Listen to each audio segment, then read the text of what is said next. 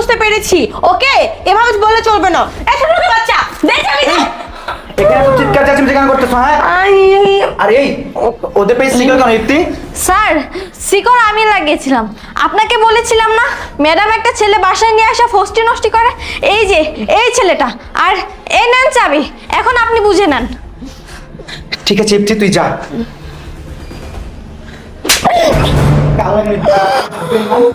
আমি তোকে কি দেই নাই বল?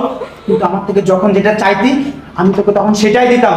তুই আমাকে বলতি আশিক আজকে আমার এটা লাগবে ওটা লাগবে, তোর কোন চাহিদাটা অপূর্ণ রাখছি বল? আর তুই আজকে শেষ পর্যন্ত কি করলি আমার সাথে? আমার সাথে বিশ্বাসঘাতক বেমানি করলি।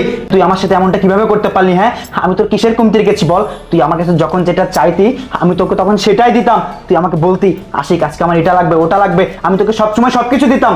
আর তুই শেষ পর্যন্ত কি করলি? আমার ভালোবাসা নিয়ে খেললি, আমার সাথে চিট করলি। আরে এই আমার সাথে চিট করার আগে তোর বুকটা